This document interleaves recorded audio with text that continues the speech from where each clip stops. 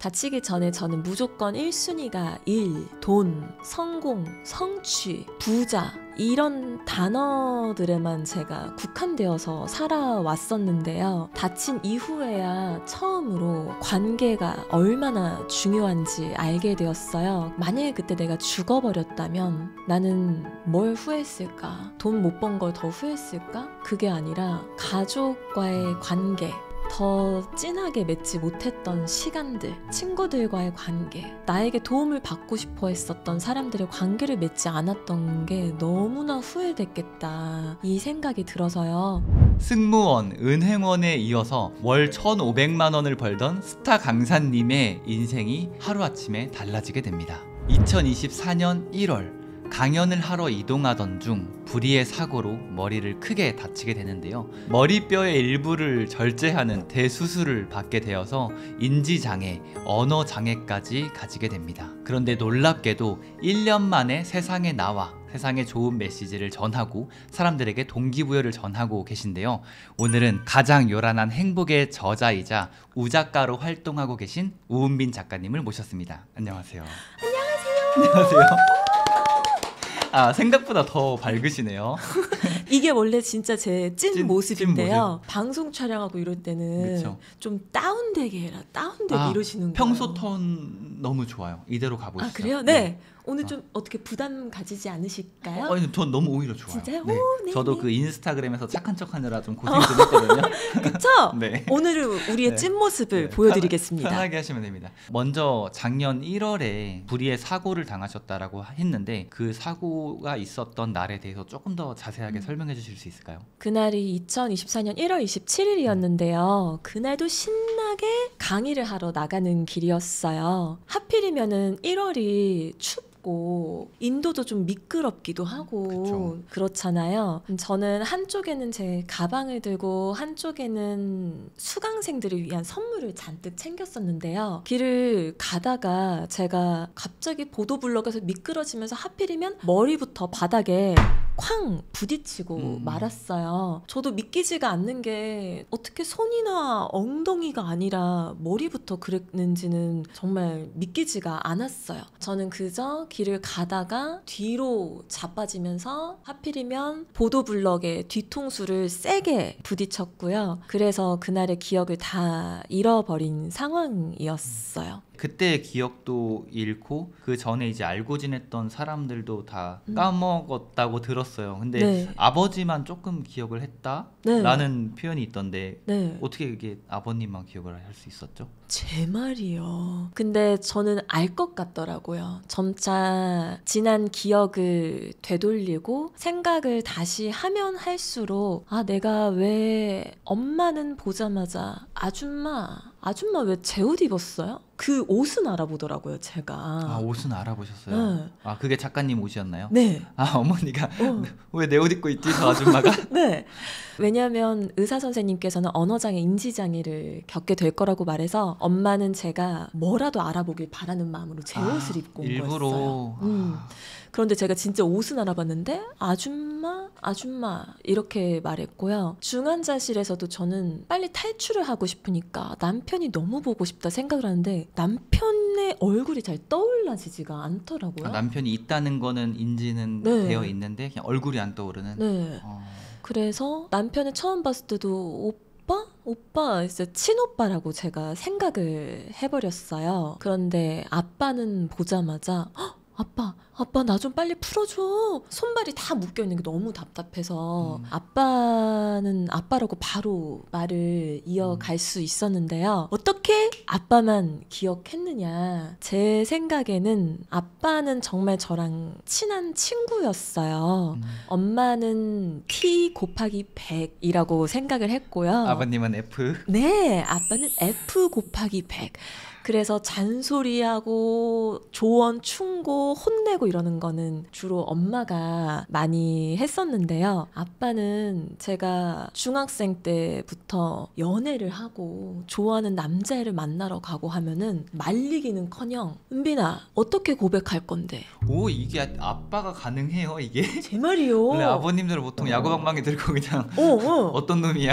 네. 그런데 아빠는 은빈아 남자의 마음을 공략하려면 하려면 그 남자의 장점을 더 말해줘야지. 막 제가 고백하려는 거를 중학생 때 막 수정을 해주고요. 그리고 대학생이 되어서도 저는 성관계라든지 클럽에 놀러 가는 거라든지 뭔가 궁금한 게 있으면 항상 아버님이랑 네, 얘기를? 아빠한테 물어봤어요. 와, 이거는 이런 분이 저희 네. 거의 없을 텐데. 네, 왜냐하면 남자에 대해서 공부하고 궁금한 거는 남자한테 물어봐야 된다고 생각을 했는데요. 아빠는 단 한 번도 화를 내거나 뭔가 멋쩍어 하지 않고요. 하나하나 다 알려줬어요. 그래서 저는 남자친구들을 사귈 때도 항상 아빠한테 요즘에 만난 남자가 이런데 아빠 이 남자는 어떤 스타일이야? 막 물어보고 친구처럼 그렇게 지냈어요. 완전 친구 같은 아버님이셨고 어렸을 때부터. 네. 그래서 그 사고가 났음에도 아버님은 유일하게 기억할 수 있었나 보네요. 네, 네. 와, 정말요. 그러면 이제 어머님이랑 음. 남편분을 되돌리고 기억하는 데는 얼마나 걸렸어요?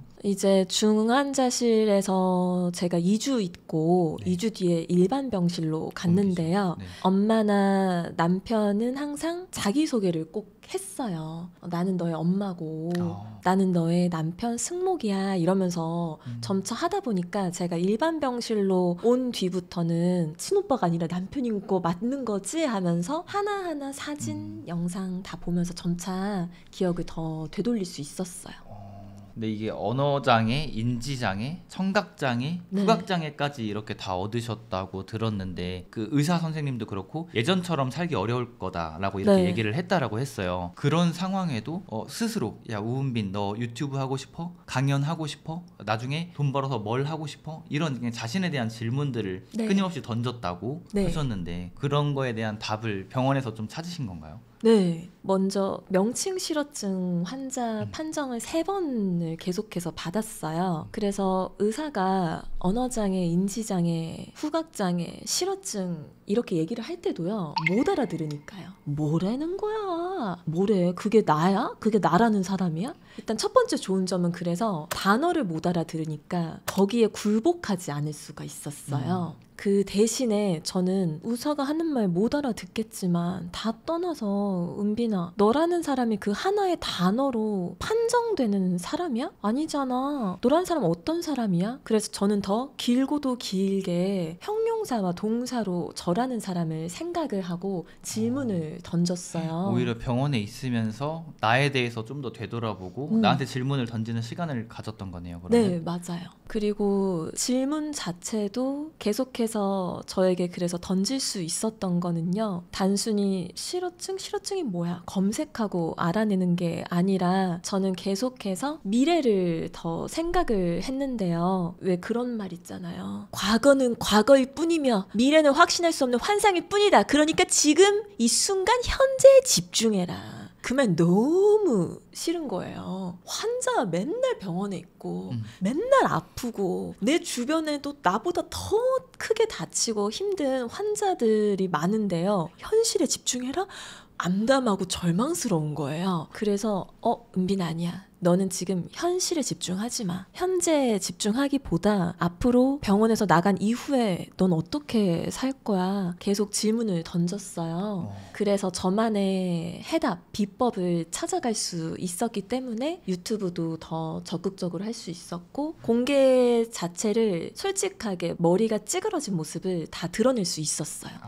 이게 사람이 한번 그런 큰 일을 겪으면 좀 그런 생각이 많아지는 것 같아요. 저도 작가님처럼 병원에 한번 좀 오래 입원했던 적이 있었는데 그때 나에 대해서도 생각해보고 미래에 대해서도 생각해보는데 구독자분들은 그런 일은 겪지 않으셔야겠지만 나의 미래에 대해 생각해보는 시간은 한번 가져보시면 더욱 좋을 것 같아요. 맞아요. 그럼 그때 딱 깨달은 게 뭐예요? 그럼 내가 미래에 이런 일을 해야겠다 이런 게 좀 그려졌던 거예요 그때? 네, 그때 이제 처음으로 다치기 전에 저는 무조건 1순위가 일, 돈, 성공, 성취, 부자 이런 단어들에만 제가 국한되어서 살아왔었는데요. 다친 이후에야 처음으로 관계가 얼마나 중요한지 알게 되었어요. 그래서 새롭게 깨닫게 된 가치는 저는 환자일 때 제 친구들, 제 가족, 친척들 그리고 저를 응원해주는 구독자님들 덕분에 더 거세질 수 있었잖아요. 더 강렬하게 살아갈 수 있었는데 그렇다면 나의 이제 앞으로는 미래에는 내가 다른 사람과 관계를 맺어서 에너지와 힘을 더 건네줄 수 있는 사람이 되어야겠다. 이거를 깨닫게 되었어요. 그럼 예전에도 좀 그런 생각은 하시긴 했겠지만 좀 더 그걸 관계적으로 남을 위해서 살아가야겠다라는 깨달음을 얻으신 거네요. 네, 예전에는 아버지 사업이 쫄딱 망했던 때가 저한테 계속 남아 있었어요. 그래서 집안 망한 거를 많이 도와드리는데 애를 썼지만 부모님의 또 노후라는 게 있잖아요, 여러분. 돈이라는 건 여러분도 다 그러지 않아요? 돈 버는 게 오로지 나를 위해서만 버는 거 아니잖아요. 그렇죠. 가족이 항상 생각이 나잖아요. 그래서 저는 엄마 아빠랑 만나는 시간 뒤로, 친구들 만나는 시간 뒤로 승승장구하면서 돈은 버는 게 점점 더 많이 잘 보이고 있으니까 나 너무 잘 살고 있다 이렇게 생각을 했는데요. 의사 선생님께서 사고 후에 수술 전후로도 계속해서 제가 사망할 가능성이 높다 그랬잖아요. 만약에 그때 내가 죽어버렸다면 나는 뭘 후회했을까? 돈 못 번 걸 더 후회했을까? 그게 아니라 가족과의 관계, 더 진하게 맺지 못했던 시간들, 친구들과의 관계, 나에게 도움을 받고 싶어 했었던 사람들의 관계를 맺지 않았던 게 너무나 후회됐겠다 이 생각이 들어서요. 그래서 환자일 때부터 제가 바쁘게 관계를 맺느라 전 정말 6개월 동안 병원에 있었지만 바쁜 건 똑같이 바빴어요.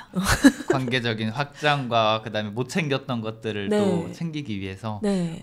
죽음에 가까이 갔는데 오히려 이제 아이러니하게도 삶에 대해서 좀 더 많이 생각하게 됐네요. 중요한 것들에 대해서도 깨닫고. 하버드 연구팀에서도 조사를 했는데요. 행복한 그 지수가 가장 높은 게 돈도 아니라 성공이 아니라 관계였다고 해요. 그래서 건강해지는 거, 행복해지는 거, 에너지를 받는 게 관계에서 많이 비롯된다고 하버드 연구팀에서도 조사 결과를 밝혀서요. 저는 더 오늘 기쁜 게 무엇이냐? 리치 파케님이랑 이제 관계를 맺게 되었다. 저를 알게 되어서 네. 또 이렇게 그러게요. 근데 돈이 아무리 많으면 뭐해. 내가 1,000억을 가지고 있어도 내 주변 사람 아무도 없고 가족도 없고 다 주변 사람을 잃었으면 혼자 그 1,000억 가지고 행복할 것인가? 진짜요. 그렇지 않잖아요. 작가님 그 머리뼈를 어떻게 보면 잃었을 때 저도 그때 영상과 사진을 봤는데 이제 외형적으로도 여기가 꺼져 있어가지고 굉장히 큰 충격을 받으셨을 것 같은데 그때 내 모습을 이렇게 좀 받아들이기가 어려웠을 것 같아요. 그 어떻게 그거를 수용하게 됐는지 그리고 그 마음을 어떻게 이게 치유하게 되었는지 그런 과정들을 조금 말씀해 주실 수 있을까요? 첫 번째로 저도 거울을 봤을 때 진짜 뭐야?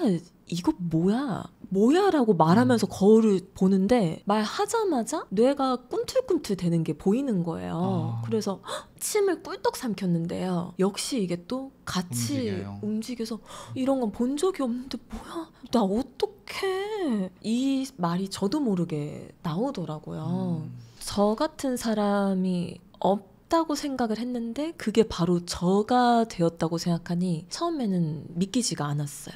그러니까 저는 거울을 보면서 충격을 받은 거였잖아요. 외모적인 부분이었죠. 특히 머리였으니까요. 물론 처음부터 바로 제가 멀쩡해지고 극복할 수 있고 이건 아니었는데요. 저는 승무원일 때도 정말 외모 평가를 승무원이 되기 전에도 그렇지만 승무원이 된 이후에도 지금도 많이 받고 있어요. 한 상사분께서는 은빈 씨 그거 알아? 아니 은빈 씨가 너무 예쁘다는 거야. 나 진짜 웃겨가지고. 누가 그런 얘기를 했어요? 와 너무 나쁘다. 진짜요. 그래서 제가 그 상사한테 지금 그 은빈이란 사람이 저라는 거 알고 말하는 거 맞으시죠? 이렇게 말했거든요. 저는 그때도 더 기죽지 않았던 거는 나는 외모로 승무원이 된 게 아니라 나의 남다른 마음가짐으로 비행을 하고 있는 사람인데 이렇게 마음을 바로 잡고 정말 이런 승무원을 기내에서 비행기에서 만나볼 수가 없을 정도로 저는 승객분들에게 적극적으로 다가가면서 비행을 했었거든요. 환자가 되어서 찌그러진 머리를 봤을 때도요. 그런데 은빈아, 너가 지금 다친 건 찌그러진 건 머리잖아. 너 마음 아니잖아. 이러다가 마음까지 다치고 싶어? 너 마음이 찌그러졌어? 만약에 이 외모만 너가 또 여기에만 집중하면서 여기에만 매몰되어 버리면 너는 너의 마음 마음까지 찌그러져 버릴 거야. 그러지 말자. 너는 승무원일 때도 승객들에게 먼저 다가가면서 대화하고 도와드리는 거 좋아했잖아? 똑같아.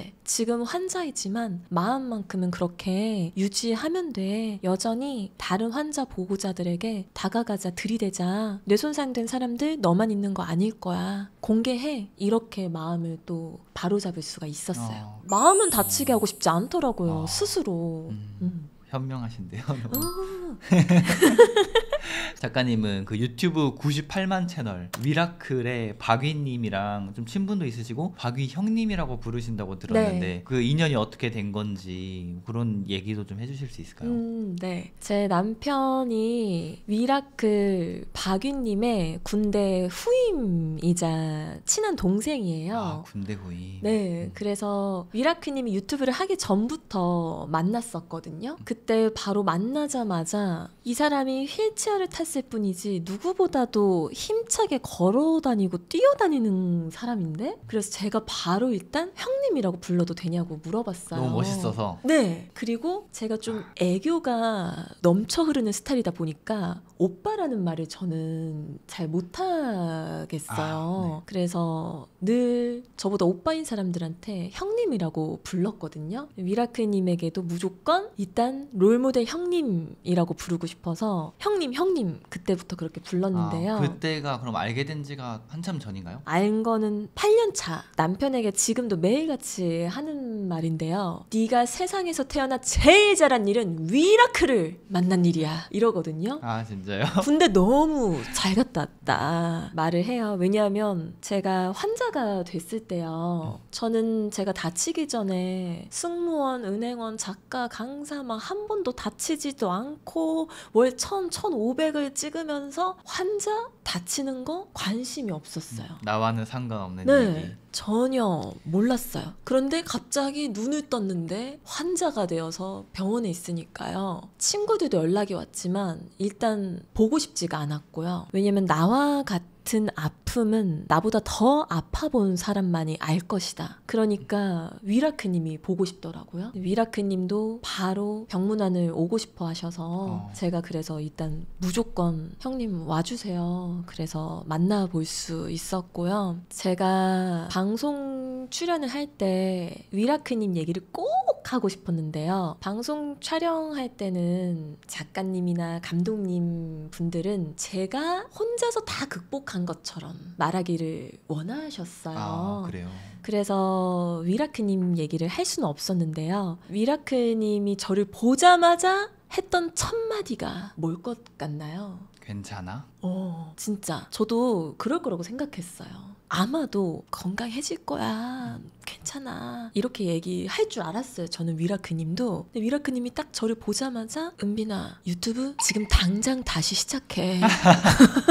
역시 크리에이터다. 네. 그래서 제가 모자를 더 보여주면서 벗으면서 저 머리 너무 아픈데요 형님? 그러니까 형님이 아니 은빈아 어차피 결국 너 다 나을 거야. 건강해질 거야. 용기를 지금 너 받으려고만 하지 말고 네가 먼저 용기를 내. 그래야만 더 큰 힘과 에너지를 받을 수 있어. 유튜브를 하라는 이유는 너가 지금 이 시간과 순간을 다 기록으로 남겨야 된다는 거야. 그래서 저는 돌이켜보니까 맨날 바빴잖아요. 가족과의 사진 영상? 목소리가 담긴 거? 없어요.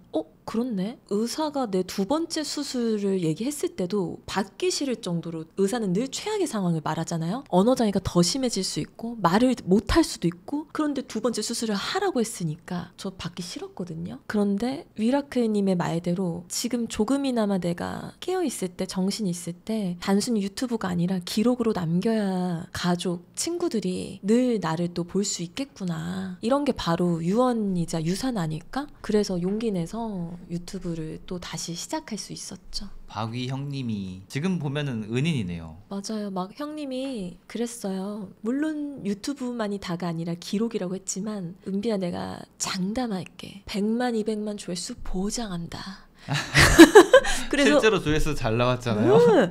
또 전화가 와. 은빈아 지금 조회수 몇이야? 200만이요? 봤지. 악플이 더 많아? 응원한 댓글이 더 많아? 응원하는 댓글이요. 봤지? 계속해. 그래서 또 이어갈 수 있었죠.